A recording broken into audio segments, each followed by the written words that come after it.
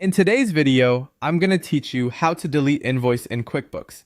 By the end, you'll know exactly where to go, what to click, and what to watch for, so you can safely remove an invoice without surprises. Start by signing into your QuickBooks online account and opening the main dashboard.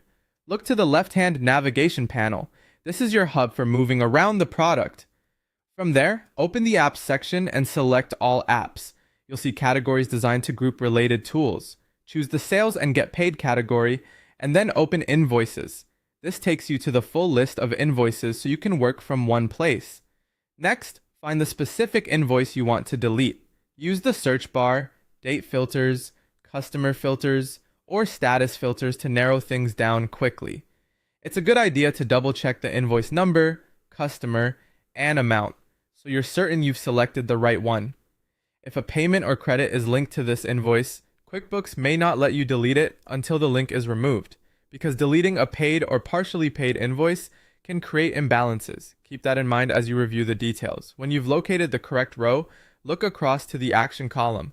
On that same line, you'll see a small drop-down button. This may appear as a tiny arrow or a three-dot menu depending on your view. Click the drop-down to reveal additional options and choose Delete. QuickBooks will display a confirmation prompt that asks if you want to delete the invoice. Take a moment to confirm you're working on the correct record. Deleting an invoice removes it from your lists and updates related reports and balances.